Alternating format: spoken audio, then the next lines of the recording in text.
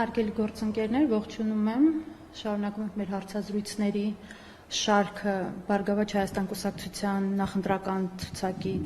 պատգամավոր թեկնածուների հետ եւ այսօր իմ հյուրն է ազգային ժողովի պատգամավոր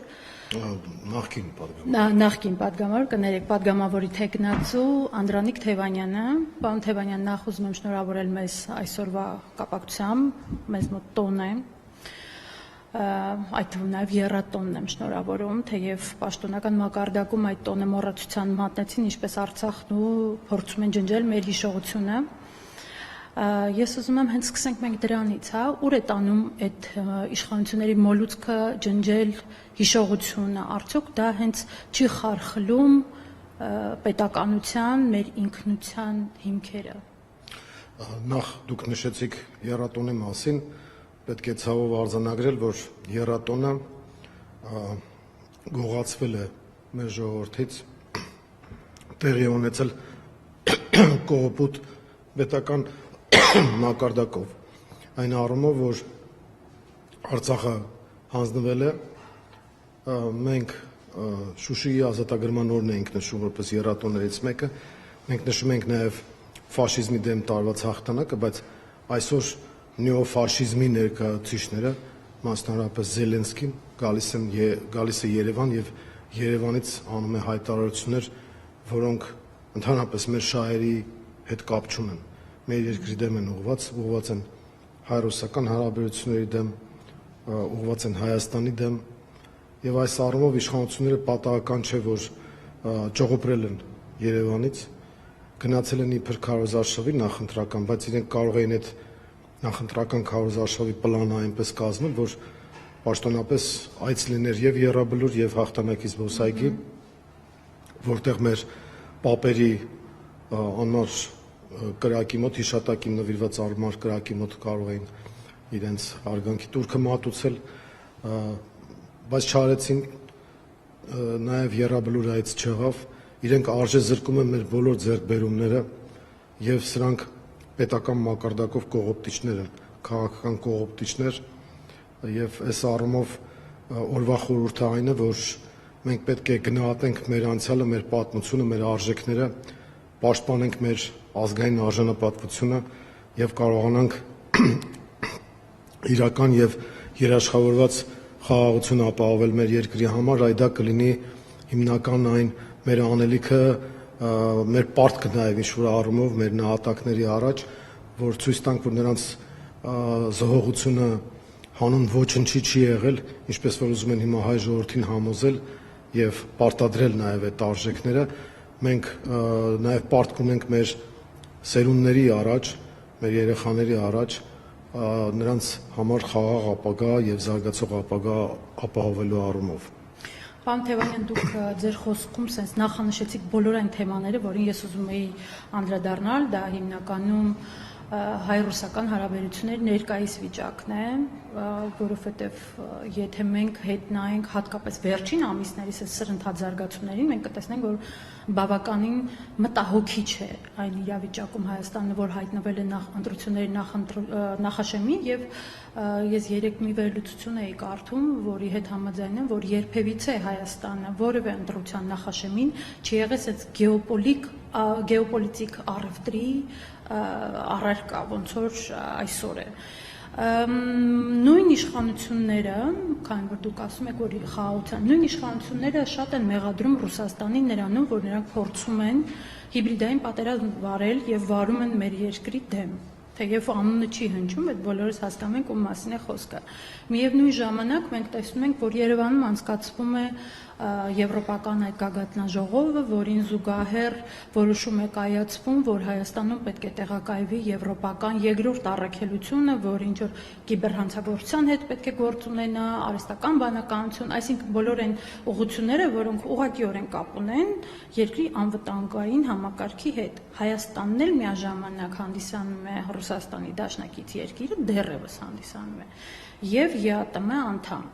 Այդ հիբրիդային պատերազմ ասվածը արդյոք մի դեպքում ուղղակի դեկլարատիվ հայտարարություններ, երբ որ իրանք ասում են հիբրիդային պատերազմ է վարում, բայց մյուս կողմից երբ որ Հայաստանը թողնում է եվրոպական այդ բոլոր առաքելությունները ներս գալ, արդյոք դա հիբրիդային պատերազմ չէ նույն Ռուսաստանի դեմ։ Ես կավելացնեի նախ Հայաստանի դեմ։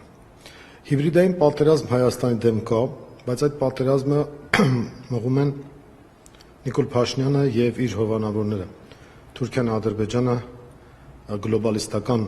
շրջանակները արևմուտքի, այսինքն հիբրիդային պատերազմ մղում Հայաստանի դեմ։ Ինչ է նշանակում հիբրիդային պատերազմ տվյալ դեպքում։ Տեսեք, այսօր կա լուրջ հակամարտություն արևմուտքի եւ Ռուսաստանի միջեւ, եւ արևմուտքը փորձում է նախկին սովետական միության երկրները օգտագործել որպես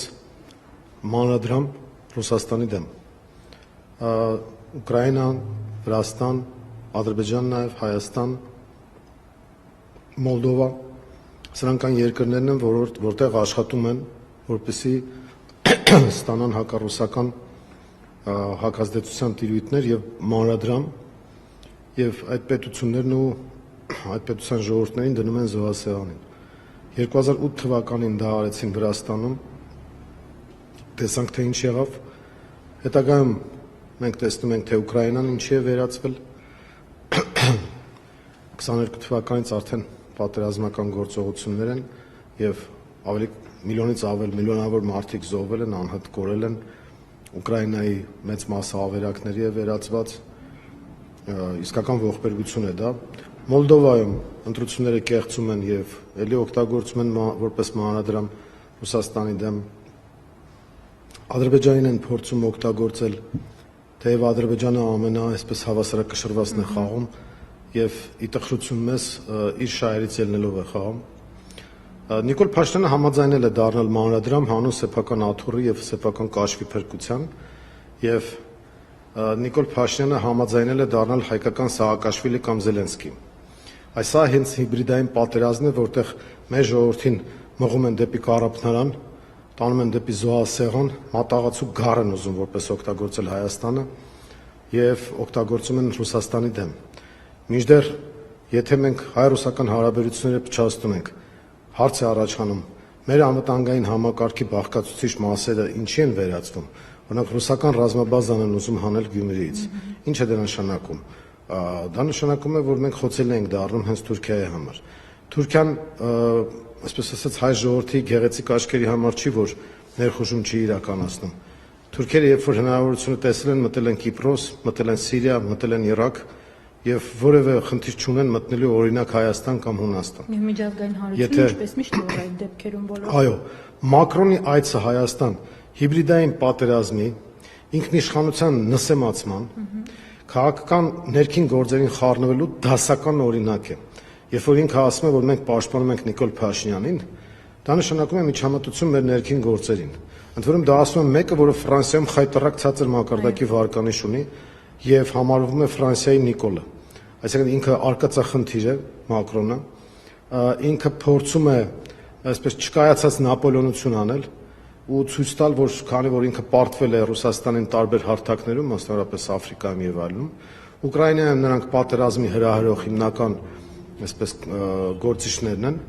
հիմա նույնը ուզում են անել Հայաստանի հետ։ Երբ որ Մակրոնը հայտարարում էր, որ Նիկոլ Փաշինյանը խիզախ գործիչ է, դա ի դեպ անում էր Արցախը հանձնելուց առաջ։ Ինքը հենց նկատի ուներ այն, որ Նիկոլ Փաշինյանը համաձայնել է արևմտյան այն ծրագրին, համաձայն որի Արցախում պետք է գնալ միակողմանի զիջումների եւ Արցախը հանձնել Ադրբեջանին,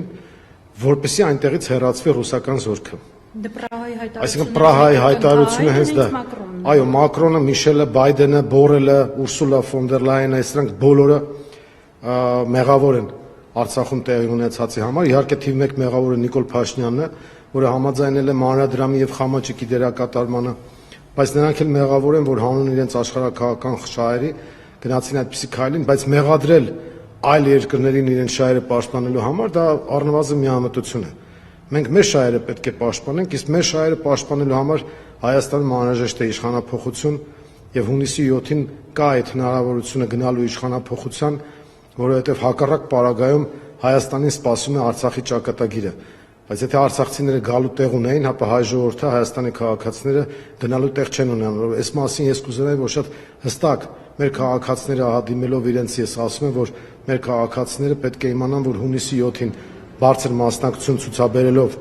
ընտրություններին, իրենք կարող են փոխել այս քաղաքականությունը, իրենք կարող են անել այն, որ մենք չդառնանք երկրորդ Ուկրաինա, չդառնանք մանրադրամ, մեր երեխեքը, մեր ծնողները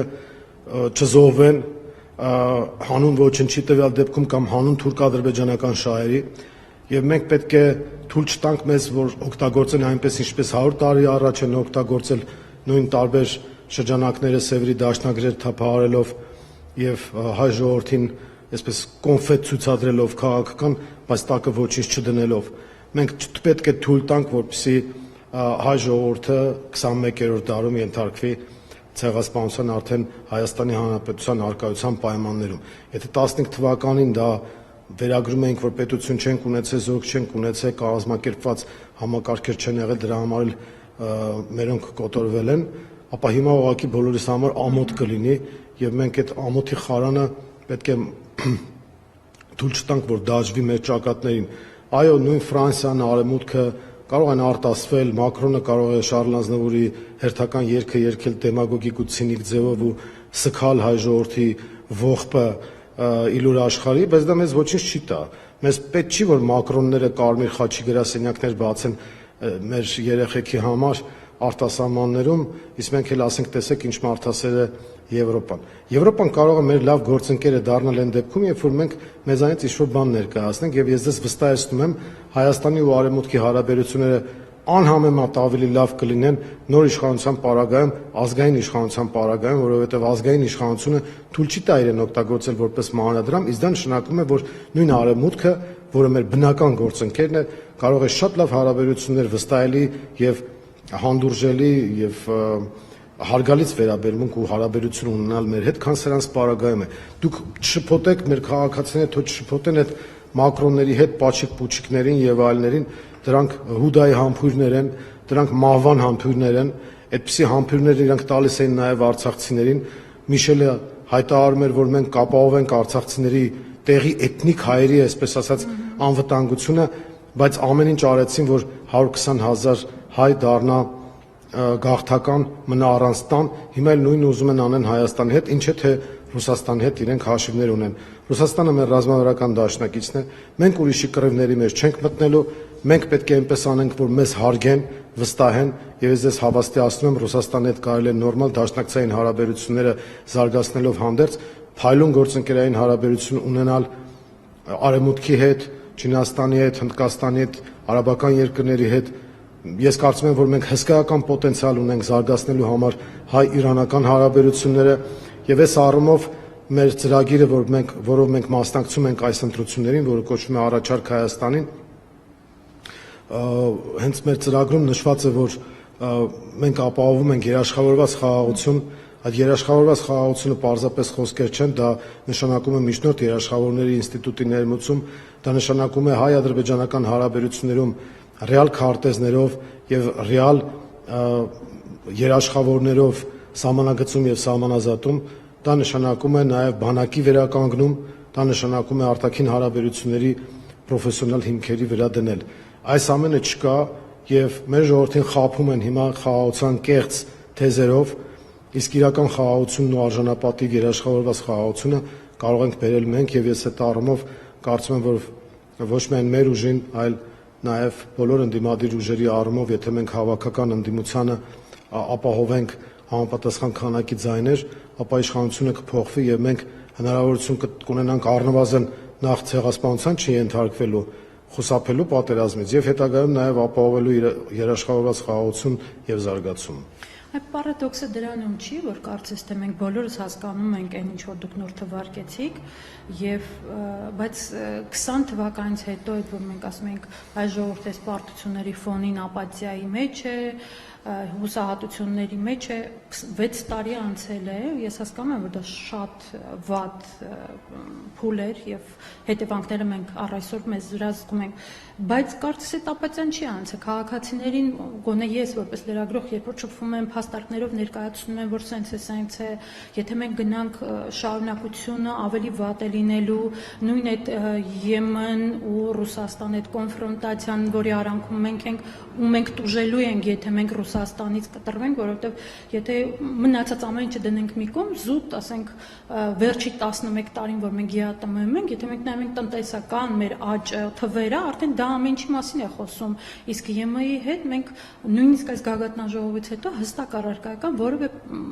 ձեռքբերումներ, պայմանավորվածություններ չունենք։ Այդ թվում նաև վիզայի ազատականացման մասին, որի մասին թմկահարում են, բայց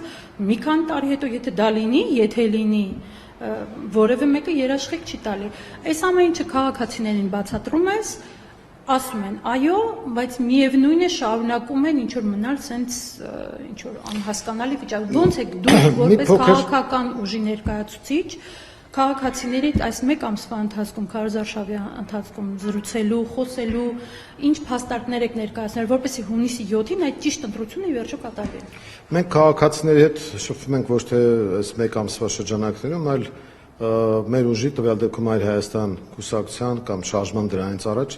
այդ ուժի շրջանակներում 23 թվականից սկսած մենք ամենօրյա ռեժիմով աշխատում ենք եւ թույլ տվեք մի փոքր չհամաձայնել ձեր հետ այն մասով, որ քաղաքացիների մոտ համատարած ապաթիա է, չեն պատկերացնում, չեն հասկանում։ Ես կարծում եմ, որ հետեւյալն է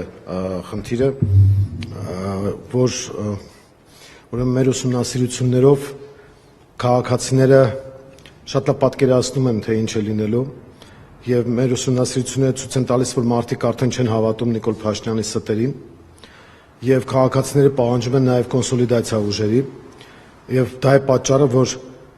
տարբեր ընտրությունների մասնակցելով եւ դրական արդյունքներ ապահովելով հանդերձ Մայր Հայաստանը որոշում կայացրեց միանալ Առաջարկ Հայաստան ծրագրին եւ Բարգավաճ Հայաստան կուսակցության հետ միասին մասնակցել ընտրություններին, որպեսզի մենք մեր օրինակով ցույց տայինք, որ անհրաժեշտ է կոնսոլիդացիա, այսինքն մենք ոչ թե դնում էինք անցողիկ շեմի խնդիր, այլ մենք դնում ենք իշխանապողության խնդիր, իսկ իշխանապողության համար անհրաժեշտ է կոնսոլիդացիա։ Մենք իհարկե ավելի լայն կոնսոլիդացիայի կողմնակից ենք, բայց ոչ մեր մեղքով այդ լայն կոնսոլիդացիան տեղի չունեցավ, բայց հիմա մենք կարող ենք Գյումրիի սցենարը կրկնել այն առումով, որ տարբեր ընդդիմադիր ուժերը միմյանց չտիրախավորելով եւ կենտրոնանալով բացառապես իշխանությունների ուղղությամբ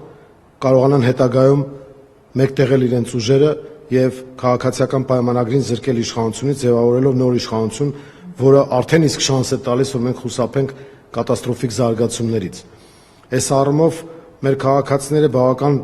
արդեն այսպես սթափության վիճակի մեջ են, որովհետև 21 թվականին նախ հետպատերազմյան շոկը դեռ չէր հաղթահարված եւ տեղի ունեցավ նաեւ մեծ խաբեություն Նիկոլ Փաշինյանի կողմից, հերթականը եւ ամենամեծը, որ ինքը խոստացավ Արցախի ինքնորոշման իրավունքը պաշտպանել, խոստացավ խաղաղություն, բայց արեց ճիշտ հակառակը եւ դավաճանաբար հանձնեց Արցախը Ադրբեջանին հանուն իր իշխանության եւ հանուն աշխարհաքաղաքական խաղերի զոհասեղանին հայտնվելու եւ դրա դիմաց անձնական շահեր նա բնականաբար ակնկալում ու մինչեւ այժմ ստանում է այդ շահը ու Մակրոնների գալը Երևան հենց դրա պատճառով էր։ Դուք ասում եք մենք առարկայական ոչինչ չենք ստացել, այո, համաձայն եմ, չենք ստացել է Նիկոլ Փաշինյանը զուտ PR քարոզչական աջակցություն, իսկ Հայաստանը եթե ստացել է, ապա ստացել է մինուս նշանով ինչ-որ բաներ։ Մենք մտել ենք հակառուսական պատերազմի մեջ, որը բացարձակապես չի բխում մեր շահերից, մենք ինչ ենք թշնամանում Ռուսաստանի, դե չեմ հասկանում, ով է ասում, որ արևմուտքի հետ լավ հարաբերությունները նշանակում է թշնամություն Ռուսաստանի հետ։ Վրաստանը այսօր այն գիծը, որ պաշտպանում է, ինքը մաքուր իրենց ազգային պետական շահերից ելնելով է պաշտպանում։ Այո, եւ չդարձավ մանրադրամ, որովհետեւ իրանք մի անգամ տեսան 2008-ին, որ իրանք կարող են արևմուտքի կողմից ծափահարվել, ասել այո, գնացեք առաջ, բայց հետո ասեն դե մենք ինչ կարող ենք անել, ձեզով էր ասում մտնենք Ռուսաստանի հետ պատերազմի մեջ։ Հիմա նույնը անում են այստեղ, նույնը արել են եւ անում են Ուկրաինայում, եւ իրենք պայքարում են Ռուսաստանի դեմ, ինչը վերջին ուկրաինացին, հիմա էլ Նիկոլ Փաշինյանի ձեռքերով պայքարում են Ռուսաստանի դեմ, ինչը վերջին հայը։ Ես չեմ ուզում եւ մեր ուժը, մեր քաղաքական միավորը այս լայն միավորը, որը ստեղծվել է, մենք չենք ուզում, որպեսզի մինչև վերջին հայը պայքար մղվի Ռուսաստանի դեմ եւ մենք ընդամենը օգտագործվենք ու դեն նետվենք։ Սա այդ դեպքը չի։ Մենք դրան դեմ ենք եւ իրականում ասեմ, որ ոչ մի բան էլ իրենք չէին կարող բերել Հայաստանին, իրենք խնդիր չունեն ոչ ԵՄ անդամ դարձնելու, ոչ վիզաներ ազատականացնելու եւ սրանք գիտեք արդեն 4-րդ կամ 5-րդ ընտրությունն է ԿՊ-ն մասնակցում է Աջափնյակի մետրոյի ծրագրով 4-րդ կամ 5-րդ ընտրությունն է, այդ խոստումը տալիս են անցնում են, խոստումը տալիս են անցնում են։ Հիմա նույնն է եվրոպացիներն են անում, նույն դպրոցն է, էլի խաբեության, այս արդեն նույնիսկ մինչև իշխանափոխությունը 18 թվականի եվրոպացիները այդ 2.5 միլիարդը անընդհատ ասում են, որ հատկացնելու են։ Նախ սրանք այնքան ապիկար գտնվեցին են նախկին այդ խոստով տված այդ գումարները չկարողացան յուրացնել են առումով, որ ծրագրերը չկարողացան իրականացնել։ Եվ երկրորդ հիմա թղթի վրա հայտարարում են 2.5 միլիարդ, այդ 2.5 միլիարդը արդեն 10 անգամ վաճառել են հայ ժողովրդի վրա։ Այն դեպքում, երբ որ այդ տիպի գումար Ռուսաստանից տրանսֆերների մասով է գալիս, ճիշտ է, ոչ 2.5 միլիարդը, բայց այդքան գումար կանխիկ եւ անկանխիկ եղանակով հաստատ մտնում է Ռուսաստանից միայն մասնավոր տրանսֆերներով, այսինքն մեր խոպանչիների, ասենք, բերած փողերով։ Չհաշված Ռուսաստանից ինչքան մենք հնարավորություններ ենք ստանում էժան գազի տեսքով եւ այլնով, ավելի քան 30%-ը ԵԱՏՄ-ում, իսկ մասնավորապես Ռուսաստանում է վաճառվում մեր ապրանքների եւ հատկապես գյուղատնտեսական ոլորտի ապրանքների մասով, ես կարող եմ դա ասել եւ խմիչքը, կոնյակը։ Իրենց ինքնավստահությունը ինչի վրա է, որ իրանք այդ ամենի վրա ուզում են խաչի։ Իրանք ինքնավստահ չեն, Նիկոլ Փաշինյանը լավ վախեցած է։ Իրենց ինքնավստահության համար բերեցին այդ եվրո շոումեններին, այստեղ ցույց տվեցին, որպեսզի հայ ժողովրդին խափեն, թե իբր մեծ աջակցություն եւ զարգացում է սպասվում։ Իրականում իրենք վախեցած են եւ գիտեն, որ չունեն հանրային հնարան։ Մեր ժողովրդին մնում է միայն անպայման մասնակցել ընտրություններին։ Ես տեսեք, թող այսպես զարմանալի չթվա, մենք մանավանդ Բարգավաճ Հայաստանի մամլոք կենտրոնում ենք գտնվում, հասկանալի է, որ մեր շահագրգռվածությունը մեծ է, որպեսզի հենց կոնկրետ մեծ ձայն տան ընտրողները, բայց ես կասեմ մի փոքր ստանդարտից շեղված ձևակերպում։ Թող ընտրողները անպայման մասնակցեն ընտրություններին եւ ձայնը տան ընդդիմությանը այն ուժերին, ովքեր որ հաստատ կարող են հայտնվել խորհրդարանում, որպեսզի ձայներ չկորեն, չփոշիանան եւ հավաքական ընդդիմությանը ձայն տալով իրենք կարող են վստահ լինել, որ մենք հասնելու ենք փոփոխությունների։ Այս առումով առաջնայինը իրենց մասնակցության բարձր տոկոսը ապահովելն է։ Երկրորդը իհարկե ամեն ուժ ձգտում է իր վրա վերցնել պատասխանատվությունը եւ մենք էլ ենք պատկերացնում, որ իշխանական պատասխանատվությունը մենք պետք է վերցնենք եւ մենք ունենք այդ եւ թիմի առումով եւ ծրագրի առումով այդ հնարավորությունը վերցնել իշխանական պատասխանատվության բեռը։ Եվ այս առումով ես կարծում եմ, որ տրամաբանական է, որ ապագայում կոալիցիոն իշխանություն կարող է ձևավորել, որովհետեւ ընդդիմադիր ուժերից եւ ընդհանրապես որևէ ուժի չի հաջողվի 50+ հավաքել, հետեւաբար կոալիցիոն պետք է լինի այդ իշխանություն, դա նշանակում է պատասխանատվության բաշխում ուժերի մեջ, բայց ես հիմա չեմ ուզում առաջ ընկնել, առաջնայինը տվյալ դեպքում մեր հանդիպումների ժամանակ, մեր քարոզարշավի ժամանակ մենք պետք է անենք այնպես, որ մարդիկ անպայման գնան ընտրության եւ իմանան, որ սա հենց իրենց քվեից է կախված ու Աստված մի արեցցե, որ ես ճիշտ դուրս գամ, սա կարող է վերջին ընտրությունը լինել համապետական։ Մարդիկ պետք է հասկանան, տեսեք, Արցախում էլ չէին պատկերացնում, մինչև վերջ չէին պատկերացնում, որ այդպես կլինի։ Եթե պատկերացնեին, որ այդպես կլինի, նույնիսկ ղեկավարությունը այդ օրին չէր հայտնվի, հիմա ցավոք սրտի Բաքվի բանտերում են։ Ես ձեզ ասեմ, ոչ adekvatության խնդիր կար նաև եւ թմրեցման խնդիր կար, մարդկանց խաբել էին, թե հեսա ինչ-որ բան կփոխվի եւ այլն, բայց իրենք չգիտեին, որ Հայաստանի իշխանության կողմից արդեն վաղուց դավաճանված են։ Հիմա ես չեմ ուզենա, որ Հայաստանում էլ այդ նույն սցենարը կրկնվի։ Դրա համար մենք կոչ ենք անում քաղաքացիներին, որ անպայման գնացեք ընտրատեղամաս, որպեսզի հետո մենք ստիպված չլինենք զենքը ձեռքներից պաշտպանել մեր հայրենիքը։ Ես գիտեմ, որ զենքը ձեռքին հայրենիք պաշտպանում են, բայց մենք ձգտում ենք խաղաղության, այլ ոչ թե պատերազմի։ Զենքը մեզ անհրաժեշտ է մեր երեխաների անվտանգության համար, բայց զենքի կիրառումը արդեն դա նշանակում է, որ պետական կառավարումը, դիվանագիտությունը սխալվել են, որը չի կարելի թույլ տալ։ Այդ դուք քիչ առաջ նշեցիք երաշխավորված խաղաղության մասին, որ ամրագրված է այս ծրագրում, խաղաղությունը նաև կարծես թե առանցքայինն է ԿՊ-ի ծրագրում, բայց ես ուզում եմ դուք եւս մեկ անգամ ներկայացնեք մեր քաղաքացիներին, թե որն է մեր ընդդիմության, ես որովհետև կարծում եմ, որ ընդդիմությունը բոլորը նույն այդ կետեր ունեն, առանցքում Հայաստանի շահերն են, խաղաղությունը որն է ըստ ընդդիմության եւ որն է ըստ քաղաքացիական պայմանագրի խաղաղությունը։ Նախ քաղաքացիական պայմանագիրը ստախոսությամբ է զբաղված, մենք դա արդեն փորձով գիտենք, մի քանի պատերազմ են բերել, արհավիրքների եւ մահերի հեղինակ են դարձել, Արցախը հանձնել են, իրանք ով իրավունք չունեն խոսել խաղաղությունից։ Նրանք, ովքեր միամտաբար կհավատան դրանց խաղաղությանը, թող հիշեն, թե ինչ էին ասում դրանք, պարզ օրինակ են բերում արագաչափերի մասով։ Արագաչափերը իրենց նեկնաշերերով փակելով գալիս էին, թե իբր գալու ենք իշխանությունը փոխենք, արագաչափերը հանենք։ Եկան ավելացրեցին տեսախցիկները, կարմիր կետագծերը, տեղական турքեր վճարները, ասում են գազ, էլեկտրաէներգիան ջրի գինի իջացնելու են, ճիշտ հակառակ առաջինը, Արցախը Հայաստանը եւ վերջը դարձավ Արցախը Ադրբեջանը եւ վերջ։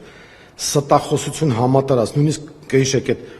պարտադիր կൂട്ടակային կենսաթոշակային համակարգը կար, Նիկոլ Փաշինյանը ասում էր մենք դեմ ենք դրան եւ գալու ենք հանենք։ Եկան ու ասացին չէ, մենք էդի պետքա պահենք։ Թողնենք Նիկոլ դա լավն է թե վատ համակարգ։ Իրենք ստախոսներ են, ստախոսներին չի կարելի հավատալ։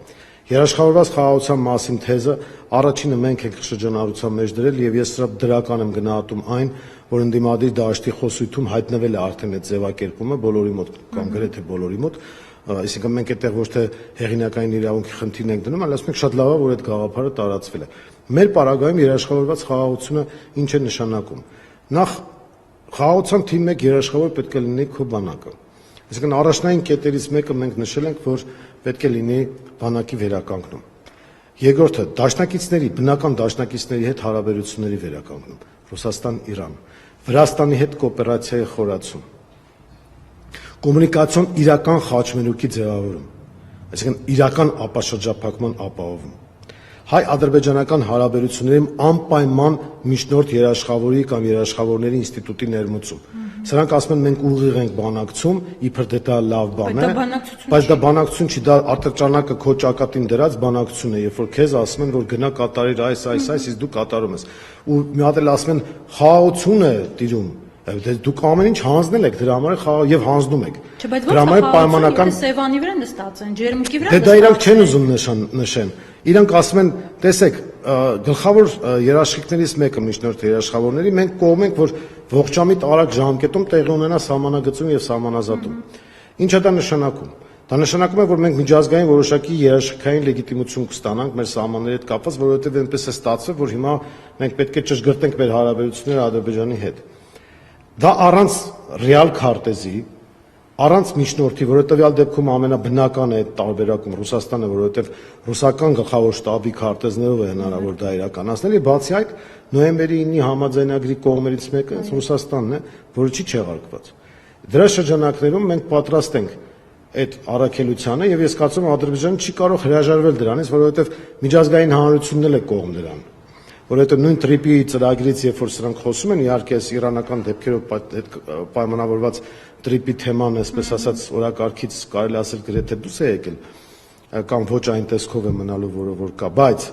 նույն տրիպի շրջանակներում ամերիկացիներն են պնդում, որ պետք է երաշխավորված խաղաղություն լինի, որ այնտեղ ներդրումներ արվեն, թե չէ որևէ երաշխիք չկա։ Կամ միակողմանի զիջումը դա դեռ չի նշանակում խաղաղություն։ Ուրեմն մենք միջնորդ երաշխավորների ինստիտուտի ներմուծում, նույն Իրանը ունի շահագրգռվածություն դրա հետ կապված, եւ կա նաեւ նոյեմբերի 9-ից հետո 3 երակողմ համաձայնություն Երևան, Մոսկվա, Բաքու հարթակում, եւ դրանք նույնպես միջազգային փաստաթղթեր են, որոնցից որևէ մեկը չի հրաժարվել եւ չի պատրաստվում հրաժարվել։ Մենք էլ չենք հրաժարվում մեր միջազգային պարտավորություններից։ Ասենք մենք ոչ արկածախնդիր ենք, ոչ խելապակաս, որ ասենք սկսում ենք զորական կետից, որովհետեւ միջազգային հարաբերություններում մեր տիպի երկիր իրեն նման շռայլություններ եւ նման հիմարություններ չի կարող թույլ տալ։ Ասենք նույնիսկ Ամերիկայի պես հզոր երկիրը սխալվում է քաղաքականության մեջ, հիմա մխրճվել են իրանական պատերազմի մեջ, բայց դրանից Ամերիկայի գոյությանը գոնե սպայն էգզիստենցիալ վտանգ չի սպառնում, բայց մեր տիպի երկիրը եթե աճ կամ ցախ սխալ քայլ է անում, դա հետևանք լինում է օրինակ Արցախի կորուստը եւ եւս մեկ սխալ մենք կարող ենք ունենալ որպես հետևանք Հայաստանի կորուստ։ Հիմա դա թույլ չտալու համար մենք այս ինստիտուտներն ենք զարգացնում, հայ-թուրքական հարաբերությունները պետք է մաքսիմալ ձգտել տարանջատել հայ-ադրբեջանականից եւ զարգացնել, փորձել միջպետական հարաբերություններ, դիվանագիտական հարաբերություններ հաստատել Թուրքիայի հետ առանց նախապայմանների, գոնե նոր նախապայմանների մասով է, անպայման պետք է արձանագրել, որ նույն այդ նախաստորագրված թղթում նշել են կետ, որ Հայաստանն ու Ադրբեջանը միմյանց ներքին գործերին չեն խառնում, բայց Ադրբեջանը մեզ սահմանադրության փոփոխություն է պարտադրում, դրան պետք է թույլ չտալ, որովհետև ներքին գործերի միջամտություն չպետք է լինի, եւ Ադրբեջանի հետ պետք է նստել բանակցությունների արդեն կոնկրետ տրամաբանությամբ, կոնկրետ քարտեզներով, կոնկրետ թեմայով, որովհետև մենք Ադրբեջանի հետ մոտարապես 1000 կիլոմետր սահման ունենք, որից միայն 10-12-ն է սահմանագծված, այն այդ Կիրանցում, այն էլ Հայաստանի միակողմանի զիջման արդյունքում։ Դրանից հետո հիշում եք, ասում են, հեսա մենք արագ սահմանագծելու, սահմանազատելու ենք, չարեցին դա, որովհետև Ադրբեջանը դիտարկում է Հայաստանը որպես արևմտյան Ադրբեջան, ինքը չի գնալու սահմանազատման եւ սահմանագծման։ Մենք հիմա պետք է Ադրբեջանին ասենք, որ դու կառուցողական դաշտ պետք է վերադառնաս, իսկ դա հնարավոր է միայն միջնորդ երաշխավորների եւ նոր իշխանության պարագայում բնականաբար։ Մենք ռեալ ապաշրջափակման կողմնակից ենք, որը ենթադրում է հյուսիս-հարավ, արևելք-արևմուտք համակարգերի ներմուծում, որը իրական տնտեսական օգուտ կարող է մեզ բերել եւ խաղաղության երաշխիքներից մեկը կդառնա դա, երբ որ եւ Չինաստանը, եւ Իրանը, եւ նույն Ադրբեջանը, Թուրքիան, Ռուսաստանը, Վրաստանը շահ ունենան, որպեսզի այդ կոմունիկացիոն համակարգը աշխատի, այստեղ պատերազմի հավանականությունը ճիշտ է։ Իսկ այն ինչ որ անում է Նիկոլ Փաշինյանը, ինքը մաքուր պատերազմ է բերում։ Եվ տրիպով է բերում։ Ինքը դրանում ձեզ է մեղադրում, եթե ինքը չվերանտրվի։ Դե հիմա ասենք խաբեբայությունը, ստախոսությունը սահմաններ չունի։ Նիկոլ Փաշինյանը պատերազմի ագրավն է, պատերազմի խորհրդանիշն է եւ ինքը չի կարող խաղաղության աղավն ու փետուրները հագին շրջագայել Հայաստանի գյուղերով եւ ապականել մեր ամբողջ պատմությունը, մեր արժեքները եւ մեր ամբողջ պետականության հիմքերը խալխլել։ Իդեպ ձեր ներկայացրած Ադրբեջանի հետ հարաբերությունների կարգավորման տեսանկյունից հետաքրքիր է նաև այն կոնտեքստում, որ իշխանությունը անդիմությանը մեղադրում է հենց հակառակում, որ անդիմությունը ընդհանրապես չի ուզում, որպեսզի մենք հարևանների հետ կարգավորենք հարաբերությունները, ոչ Թուրքիայի, ոչ Ադրբեջանի դուրս է գալի, միայն իրենք են կողմնակից ապաշրջափակման։ Կարգավորում մեկ, երկրորդը կրկնեմ, դա ստախոսություն է ուղղակի։ Մենք ամենանորմալ հարաբերությունները կարող ենք հաստատել։ Իհարկե, բարեկամներ չենք դառնա, գոնե տեսանելի ապագայում բնականաբար, բայց Ադրբեջանը սուտ են ասում, որ ինքը օր-օրի սպասում է, որ հարձակվի։ Համել այդ, որ ասում էին, այդքան վարկ ենք վերցրել, որ զինվենք, բան, բայց չեք վստահ, որ մենք պարտվելու ենք այդ պատերազմում։ Եթե պարտվելու ենք, ուրեմն դուք բանակաշինությունը տապալել եք։ Դրա համար է պետք է։ Դա հանցագործության մասին հայտարարություն է Նիկոլ Փաշինյանի կողմից։ Երբ որ ինքը ասում է մենք կունենանք պատերազմ եւ սարսափելի հետևանքներ, դա հայտարարություն է հանցագործության մասին եւ եթե մենք ռեալ դատախազություն ունենանք եւ համապատասխան իրավապահ մարմիններ իրան անմիջապես որպես մեղադրվող պետք է ներգրավվեին գործի վրա, այո, որովհետեւ ստացվում է որ դու վատնել ես այն միջոցները, որը հայտարարում ես, մոտավորապես 8 միլիարդ դոլարի մասին է խոսքը, ինքը ասում է, չի ասում է, մեզ հարցում են, ասում են այդ վարկը ինչա մենք վերցնում, զենք ենք առնում, շատ լավ, զենք եք առնում, բանակ եք վերականգնում, բայց ինչ եք վստահ որ մենք պարտվելու ենք, իսկ ինչ եք վստահ որ ձեր բերած քաղաքականությունը բերելու է խաղաղություն, ճիշտ հակառակն ենք տեսել։ Եթե դուք Հայաստանը դարձնեք արևմտյան Ադրբեջան կամ Հայաստանը դարձնեք այնպեսին ինչպեսին Արցախն է, այո, կարող է ճակերտավոր խաղաղություն լինի, բայց դա գերեզմանային խաղաղություն է լինելու, որովհետև այնտեղ հայ չի լինելու։ Այս տրամաբանությամբ մենք առաջնորդվում ասելով, որ ճիշտ հակառակն է պետք անել եւ վռնդել այսօրվա իշխանությանը քվեի ուժով առանց ցնցումների, դա իրենց միակ շանսն է դեպ ասեմ, հակառակ պարագայում կարող են շատ ավելի վատ զարգացումներ լինել։ Նիկոլ Փաշինյանը ինքը վախեցած է, դրա համար հիմա ուզում է վախեցնել հայ ժողովրդին, ցույց տալով, որ եթե ես չլինեմ պատերազմ կլինի, այդ տրամաբանությամբ փաստորեն մենք պետք է ցմահ Նիկոլ Փաշինյանին պայանք իշխանության։ Լավ, բա կենսաբանություն կա, բան կա, մի օր կարող է ինքը ոչ թե կարող է հաստատ մեռնելու է մի օր։ Որ ինքը մեռնի, ինչ է լինելու դրանից հետո Հայաստանը անպայման պատերազմի մեջ է հայտնվելու։ Լավ, ենթադրենք, ասենք մի քանի օր, ասենք դիմացանք, բա հետո ինքը ցմահ ուզում է լինի, բա իրանից հետո ինչ ենք, դամբարան ենք կառուցելու, հա իր դին դնենք այդ դամբարանում, ասենք տեսեք, որ Նիկոլը դեռ կա, Ադրբեջանը տեսնի Նիկոլ Փաշինյանի դիակը, շարունակի չհարձակվել մեր վրա։ Սա ես դե նույն տարիքի են պլյուս մինուսով չեն հասցնում։ Դե բոլորս է մականացու ենք ի վերջո։ Հիմա ես ուզում եմ ասեմ, խաղաղությունը ոչ թե անձով պետք է պայմանավորել, առավել եւս Ալիևի անձով, որտեղ հիմա իրանք ասում են Ալիևն է մեր անվտանգության երաշխավորը։ Հիմա հայ ժողովուրդը հավատում է Ալիևի երաշխիքներին, իհարկե ոչ։ Հետևաբար, եթե Ալիևն է եւ Ալիևի դրածոնը այստեղ դառնում է Նիկոլ Փաշինյանը, մենք պետք է փոխենք այս իրավիճակը։ Դուք նշեցիք շատ ճիշտ, որ առաջին անգամն է, երբ որ մենք աշխարհաքաղաքական տրամաբանությամբ ընտրություններ ենք անցկացնում։ Եվ ես այլ բան կարող եմ ասեմ, առաջի անգամն է, որ Ադրբեջանը շատ ակտիվ ներգրավված է ներքաղաքական process-ների մեջ։ Դրանք դեռ անցած տարի Առաջին անգամ հիշում եք Թուրքիան, Ադրբեջանը 21-ին, այո, 21-ին նորից այդ ներգրավվածությունը կար։ Թուրքիան անմիջապես ներգրավված է։ Ֆրանսիայի նախագահը եկել է անմիջապես ներգրավում է։ Այդ խայտառակ կերպարը, որ ասենք Եվրոպայի ծառայություններից մեկն է համարվում։ Ես հիշեցի, որ նախքան Մակրոնի այստեղ գալը Վենսն էլ Հայաստանում հայտարարեց, իսկ Վենսից առաջ Ֆիդանը։ Իմ աջակցությունը դիտարկեք Փաշինյանին։ Ну, Վենսը այսպես է ասեմ, ում աջակցությունը դա պարտվում է, Օրբանի պարտությունը գիտենք մենք Հունգարիայում արդեն, բայց դրանից առաջ ավելի կարևոր բան Թուրքիան, Ֆիդանը պաշտոնապես աջակցեց Նիկոլ Փաշինյանին, այնպես որ այս առումով բոլոր աննախադեպերը մեր հանրության համար այն ազդանշանը լինի, որ ճիշտ ընտրություն կատարեն։ Ճիշտ ընտրությունը հետևյալն է, Նիկոլ Փաշինյանը եթե մնում է, լինում է ինչ որ եղավ Արցախի հետ։ Հիշեք իր խոստումները Արցախի մասով եւ պատկերացրեք թե ինչ է սպասվում Հայաստանին։ Մենք նաեւ դնում ենք արցախցիների վերադարձի իրավունքի պաշտպանության խնդիր։ Մենք չենք ասում դա արկածախնդրություն կլինի ասել, որ մենք վաղ Արցախը հետ ենք բերում եւ այլն, այդպիսի բան չենք ասում մենք եւ դա իրատեսական չէ, դա ավանտյուրիզմ է, բայց Արցախահայությունը ունի իրավունքներ, որոնք մենք պետք է պաշտպանենք եւ որոնք պետք է մենք հետապնդենք, որպեսզի այդ իրավունքները իրացվեն։ Սրանք ընդհանրապես ուզում են ջնջեն ամեն ինչ, նույնիսկ կարող են այսպես մուգ վարակույր կախել, որպեսզի Արարատը չերևա հանկարծ։ Սա իհարկե մարազմի է հասնում, օրինակ այսօրվա Եռաբլուրի իրենց չայցելելն էլ ես կարծում եմ, որ այդ նույն ծրագրի շրջանակներում է, նույն սերիայից է, էլի, որ Հաճոյանան, Ալիևին ու Էրդողանին, որ տեսեք մենք Եռաբլուր չենք գնում, տեսեք հաղթանակի զբոսայգի չենք գնում, տեսեք չենք նշում մեր հաղթանակը եւ այլն, եւ իրենք փաստորեն Եվրոպայի նեոռասիստների հետ են համագործակցում, իսկ Մակրոնը նեոռասիստ է։ Ինչի է նեոռասիստ, որովհետեւ ինքը Մակրոնը գտնում է, որ ֆրանսիացիները ավելի բարձր սորտի ժողովուրդ են, քան մենք, որովհետեւ իրենք կարող են իրենց թույլ տալ ժողովրդավարություն, ինքնիշխանություն եւ այլն, իսկ հայ ժողովուրդը իրավունք չունի դա անել։ Հայ ժողովրդին իրենք պետք է բերեն պարտադրեն Նիկոլին, որպեսզի Նիկոլը մեզ դարձնի մանրադրամ։ Այսինքն իրենք գտնում են, որ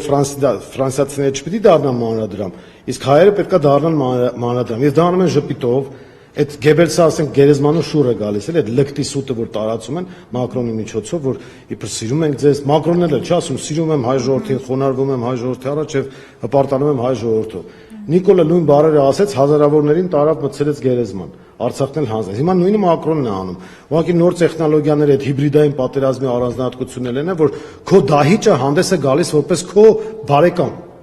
Ասենք երիտ թուրքերը պատկերացնում եք հայերին դեզորի անապատներով քշեին Կոմիտասի երկերի ներքո եւ ասեն որ մենք հայ ժողովրդի բարեկամներն ենք, մենք ձեզ հանուն բարեկամության ենք տանում կոտորելու։ Այ ինձ հիմա նույն բանը մեզ հետ անում են։ Հիմարի տեղ են դրել, ասենք։ Վերջին 6 տարին ես անընդհատ այդ հարցն եմ տալու։ Լավ, այդ արյան կանչ ասվածը ինչ եղավ, որ մենք հասանք այս կետին։ Ես կարծում եմ, որ այս ընտրությունները իսկապես անդառնալիության Ռուբիկոնը անցնելու պես ինչ որ մի բան է եւ ես ուղղակի երևի թե եզրափակելով մեր շատ հետաքրքիր զրույցը հույս հայտնեմ, որ 5 տարի հետո մենք կպատրաստվենք հերթական ընտրություններին անկախ Հայաստանում եւ ելի կզրուցենք միասին։ Անպայման մենք բոլորս ամեն ինչ պետք է անենք որպես քաղաքացի, որպեսզի իրականանա մեր բոլորի երազանքը եւ մենք ունենանք Հայաստանի Հանրապետություն, որովհետեւ այս ընտրությունները ինչ որ առումով նաեւ երկընտրանք են Հայաստանի Հանրապետություն թե Արևմտյան Ադրբեջան։ Այս առումով Հայաստանի Հանրապետությունը պետք է հաղթի Արևմտյան Ադրբեջանին եւ ես հուսով եմ, հավատում եմ, վստահ եմ, որ մեր ժողովուրդը իր ընտրությունը ճիշտ կատարելու է։ Շնորհակալ եմ։ Ես եմ շնորհակալ։ Կհանդիպենք